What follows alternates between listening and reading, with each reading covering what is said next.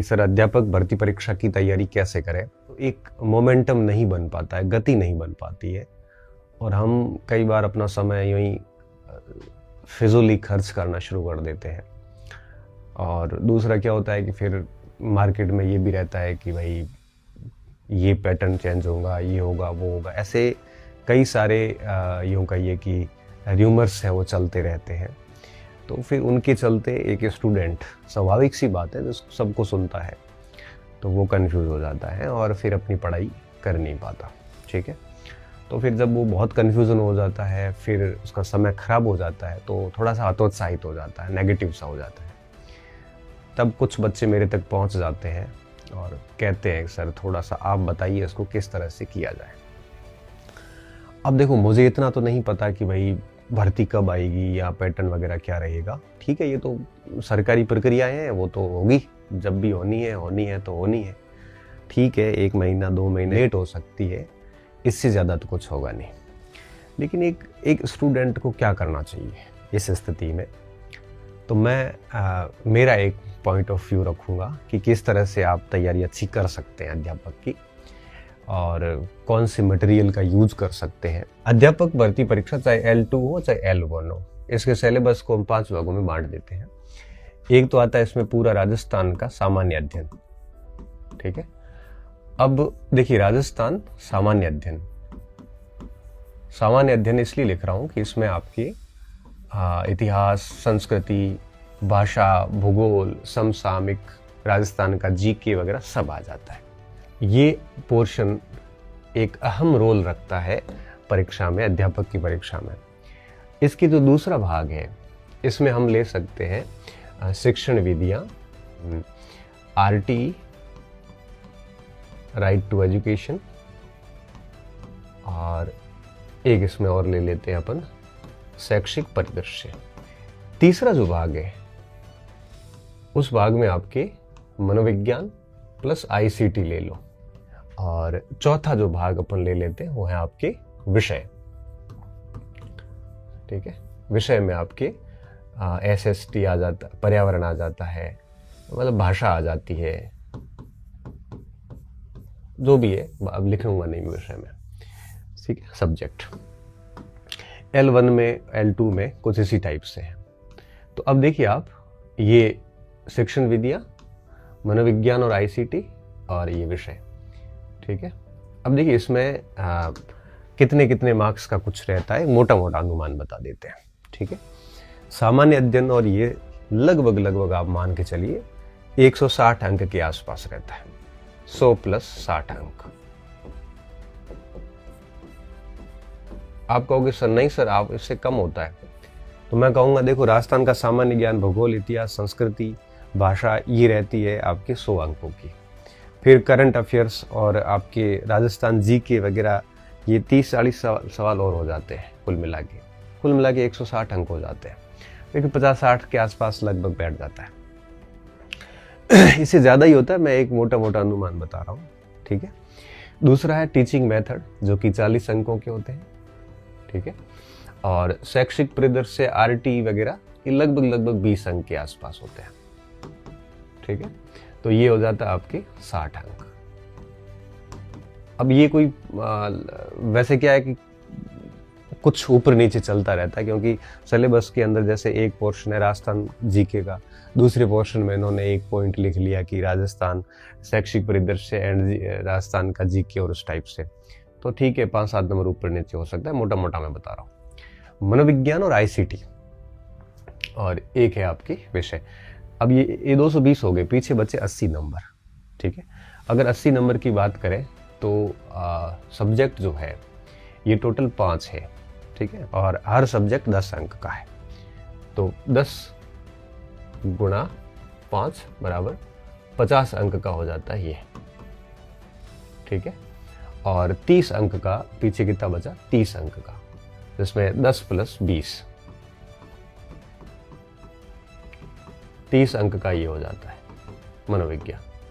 ठीक है, तो इस प्रकार से एक बार 30 अंक का, तो 50, 30, 60, ये 80 और 60 140 हो जाते हैं, और 160 300 अंक का टोटल, ये 4 सेगमेंट हो गए। अब आपके पास में लिमिटेड टाइम है, ठीक है, लिमिटेड टाइम है, तो आपको, जहाँ तक एक मेरा अनुभव कहता है कि आपको एटलीस्ट दिन में एक टाइम तो इसको देना ही देना है, स्लॉट, एक स्लॉट इसको दो ही दो। क्यों?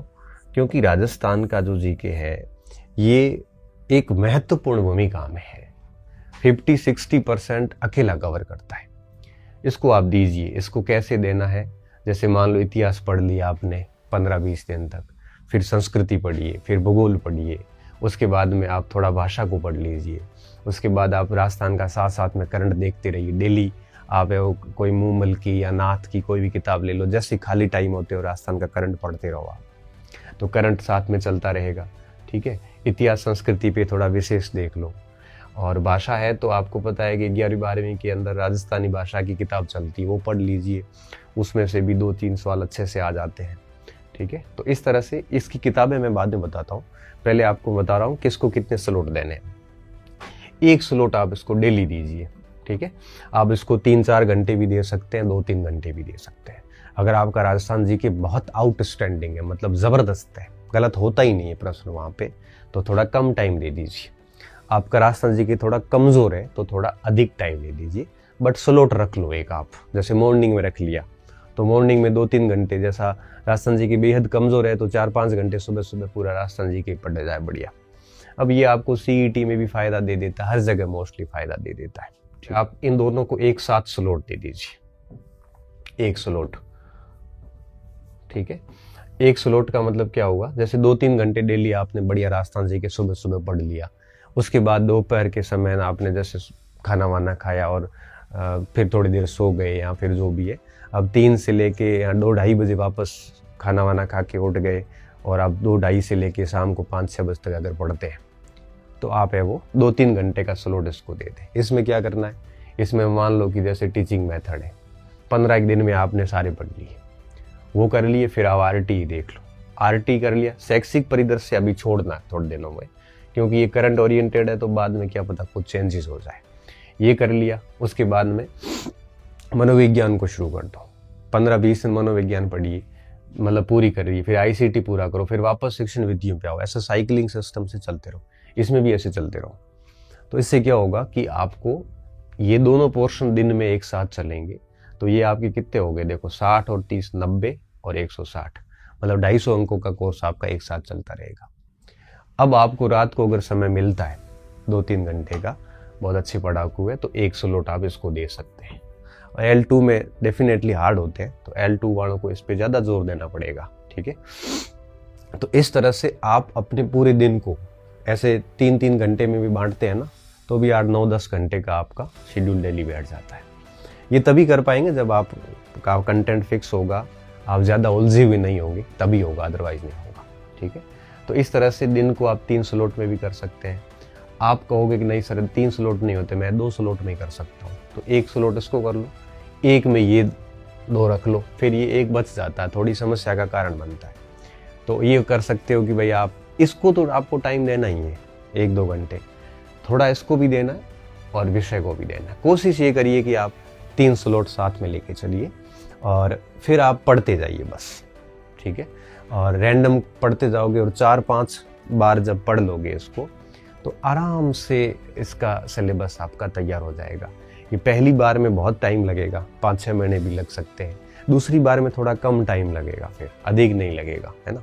और तीसरी बार चौथी बार पे आओगे तो फिर तब तक परीक्षा आ जाएगी और आपका बहुत ही अच्छे से तैयार हो जाएगा। और थोड़ा सा भी पढ़ा हुआ होगा ना, तब भी आप ऑप्शन को एलिमिनेट करके बड़े आराम से उत्तर निकाल सकते हैं। ये ज़्यादा सोचना नहीं है कि भाई याद नहीं हो रहा है। और हाँ, एक और चीज़ ध्यान रखना, बहुत गहराई में नहीं पढ़ना है, क्योंकि जिसके सिलेबस बहुत अधिक होते हैं, इससे कम सिलेबस क्या होगा, ये बहुत अधिक सिलेबस है। जिनके सिलेबस बहुत अधिक होते हैं उनके पेपर के लेवल जो है ना बहुत आसान आते हैं, ज़्यादा हार्ड नहीं आते हैं। तो बहुत ही ऊपरी ज्ञान रखिए, आपको बहुत विद्वान बनने की आवश्यकता नहीं, क्योंकि अगर आप जैसे इनमें विद्वान बनने की कोशिश करोगे तो ये सब छूट जाएंगे, है ना। और अगर आप नॉर्मल देखोगे तो सारा अच्छा सा कर लोगे, और पेपर बेहद नॉर्मल आता है, ज़्यादा हार्ड पेपर नहीं आएगा। पेपर हार्ड कब आते हैं? जब सिलेबस छोटा हो। सिलेबस बहुत बड़े होते हैं ना, तो अब प्रश्न 150 बनाने, टॉपिक आपके 150 है, एक पार्ट से एक प्रश्न बनाना है, अब मुगल काल पूरा ही पढ़ लो, सवाल तो एक आएगा, हो सकता नहीं भी आए। राजस्थान की अर्थव्यवस्था भी एक जगह लिखा हुआ है विषय में, तो इसमें हालांकि वो शामिल हो जाती है। अर्थव्यवस्था पूरी पढ़ोगे ना 3 महीने लगते हैं, सवाल एक आएगा, गारंटी नहीं आए नहीं भी आए। तो थोड़ा सा समझदार बनना आप कि जिनका टॉपिक बहुत बड़ा है और सवाल एक आधा आता है उनको आप छोड़ भी सकते हो। ऐसा 10 नंबर का छोड़ दोगे ना तो कोई इशू नहीं है। जैसे राजस्थान के राजवंश है, राजवंश पूरे पढ़ लो आप, सवाल 1 या 2 आएंगे, वो आप पुराने पेपर मिला लोगे ना तब भी वो 2 सवाल सही हो जाएंगे। लेकिन उन्हीं राजवंशों को अगर आप किताब से पढ़ना शुरू करोगे तो वो आपके दस्त नकेला ले लेता है। अब बात ये आती है कि इनके लिए कौन सी पुस्तकों का सहारा लिया जा सकता है। ठीक है, अच्छा घर बैठ के अगर ऑनलाइन पढ़ रहे हैं तब भी आप इस शेड्यूल को फॉलो कर सकते हैं। अगर आप ऑफलाइन कोचिंग में जा रहे हैं तो ये नहीं हो पाएगा। ये सिर्फ और सिर्फ उन स्टूडेंट के लिए जो सेल्फ तैयारी कर रहे हैं और आपके या फिर ऑनलाइन पढ़ रहे हैं, घर बैठ के पढ़ रहे हैं, वो अपने अनुसार टाइम टेबल बना सकते हैं, उनके लिए ठीक है। ये ऑफलाइन वालों के लिए नहीं है, क्योंकि उनके स्लॉट फिर कोचिंग के अनुसार चलते हैं। कोचिंग में जैसे 4 क्लासेस लगी तो जो कुछ लिखवाया है ना वो आप अगली क्लास आओ उस दिन तक वो पढ़ के याद करके जाओ, नहीं तो कोचिंग का कोई फायदा नहीं। और जैसे टॉपिक पूरा होता है तो अभ्यास प्रश्नों से अभ्यास भरपूर करके फिर दूसरे टॉपिक पे जाइए आप। टेस्ट सीरीज वगैरह ये कोर्स होने के बाद में देंगे तो ज़्यादा बेहतर रहेगा।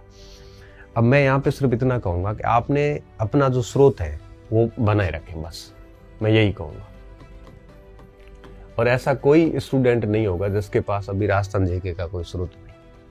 मैं किसी किताब का नाम नहीं लूँ, आपके पास में अगर पैनोरमा पढ़ रहे हो आप तो चलने दो, लक्ष्य पढ़ रहे हो तो चलने दो, सवाल वहीं से आते हैं। आप नाथ पढ़ रहे हो तो चलने दो, आप जो भी किताब पढ़ रहे हैं चलने दो, किसी के नोट्स पढ़ रहे हैं चलने दो, ठीक है, पर्याप्त है। मटेरियल से ज़्यादा महत्वपूर्ण होता है कि आप पढ़ते कैसे हो, है ना।